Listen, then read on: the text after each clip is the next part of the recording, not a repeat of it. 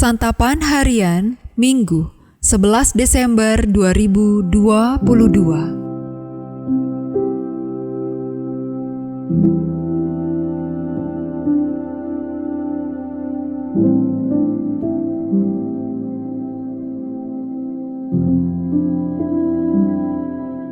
Inilah program Santapan Harian, sebuah program yang mengajak Anda menelusuri isi Alkitab, agar Anda menemukan makna firman Tuhan sesuai dengan konteksnya.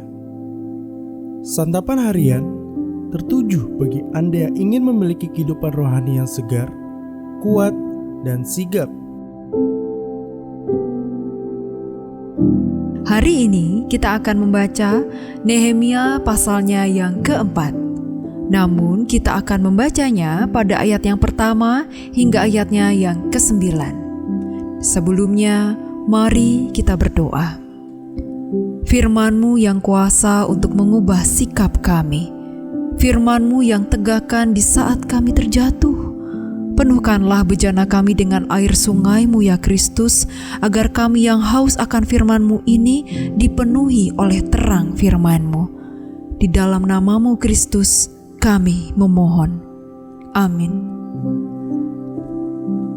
Nehemia 4 ayat 1-9. Ketika Sanballat mendengar bahwa kami sedang membangun kembali tembok, bangkitlah amarahnya, dan ia sangat sakit hati. Ia mengolok-olokkan orang Yahudi dan berkata di hadapan saudara-saudaranya dan tentara Samaria, "Apa gerangan yang dilakukan orang-orang Yahudi yang lemah ini? Apakah mereka memperkokoh sesuatu? Apakah mereka hendak membawa persembahan? Apakah mereka akan selesai dalam sehari? Apakah mereka akan menghidupkan kembali batu-batu dari timbunan puing yang sudah terbakar habis seperti ini?"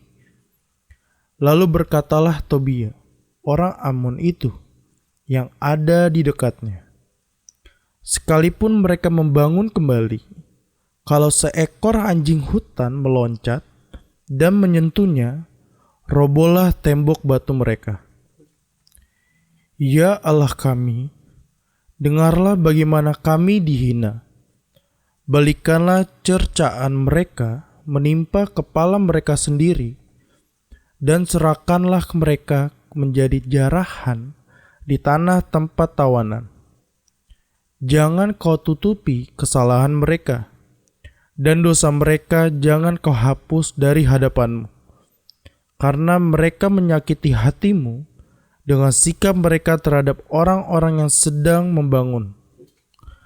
Tetapi kami terus membangun tembok sampai setengah tinggi dan sampai ujung-ujungnya bertemu, karena seluruh bangsa bekerja dengan segenap hati." Ketika Sanballat dan Tobia serta orang Arab dan orang Amon dan orang Asdod mendengar bahwa pekerjaan perbaikan tembok Yerusalem maju dan bahwa lubang-lubang tembok mulai tertutup, maka sangat marahlah mereka. Mereka semua mengadakan persepakatan bersama untuk memerangi Yerusalem dan mengadakan kekacauan di sana.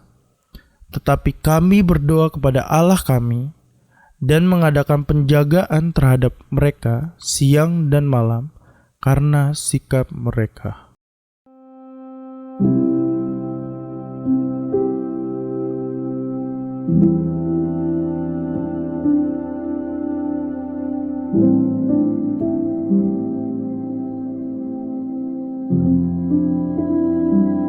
Sahabat Santapan Harian, pembangunan tembok baru dimulai dan tantangan dari luar juga dimulai.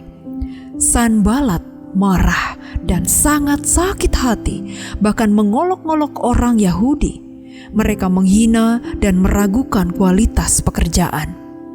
Nehemia berdoa dan terus mendorong rakyat untuk bekerja dengan semangat.